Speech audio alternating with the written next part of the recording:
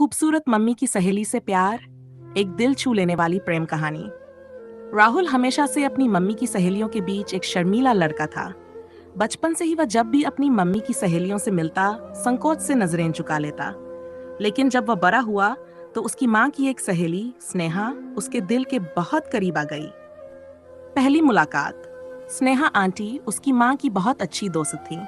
वे अक्सर उनके घर आती, हंसती बोलती और सबके साथ खुलकर बातें करती। राहुल को उनकी हंसी बहुत प्यारी लगती थी। उनकी बातें, उनका समझदारी भरा स्वभाव और उनकी खूबसूरती राहुल के दिल में एक अलग एहसास जगाने लगी। एक दिन जब उसकी माँ बाहर गई हुई थी, स्नेहा आंटी आई और राहुल से बातें करने लगी। उस दिन राहुल ने पहली बार महसूस किया कि वह उनसे बेझिझक बातें कर सकता है।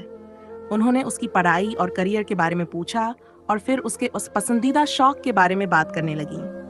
राहुल को यह महसूस हुआ कि वह न सिर्फ खूबसूरत थीं, बल्कि दिल से भी बहुत अच्छी इंसान थीं।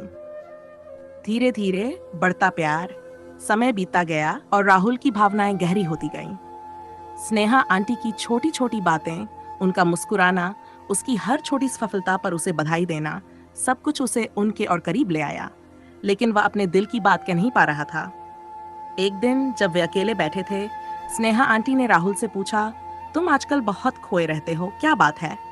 राहुल हिचकिचाया, लेकिन फिर हिम्मत करके बोला, आंटी, मैं आपको कुछ बताना चाहता हूँ, लेकिन डरता हूँ कि आप नाराज न हो जाएं। स्नेहा मुस्कुराई और बोली, अरे बताओ ना, मैं क्यों नाराज होने लगी? राहुल ने गहरी सांस ली और कहा, मैं आपसे प्यार करने लगा हूँ। मुझे नहीं पता ये सही है या गलत, लेकिन मेरे दिल के हाथ में कुछ नहीं रहा। स्नेहा की प्रतिक्रिया। स्नेहा कुछ पल चुप रहीं।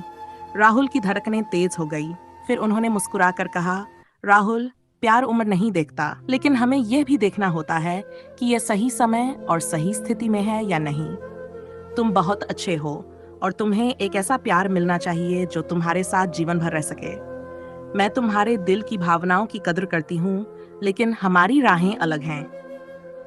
राहुल की आंखें नम हो गई, लेकिन स्नेहा ने उसके कंधे पर हाथ रखा और कहा, तुम्हें एक ऐसी लड़की मिलेगी जो तुम्हारे हर सुख दुख में साथ रहेगी।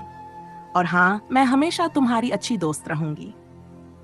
उस दिन राहुल ने समझा कि प्यार सिर्फ पाने का नाम नहीं, बल्कि सामने वाले की खुशी में अपनी खुशी देखने का नाम भी है। उसने अपने दिल को संभाला और आगे बढ़ने का फैसला किया। कहानी की सीख। सच्चा प्यार हमेशा निष्कलंक होता है। ये जरूरी नहीं कि जिसे हम प्यार करें वो हमें उसी तरह चाहे। कभी कभी प्यार का मतलब होता है किसी की खुशी में अपनी खुशी ढूंढना,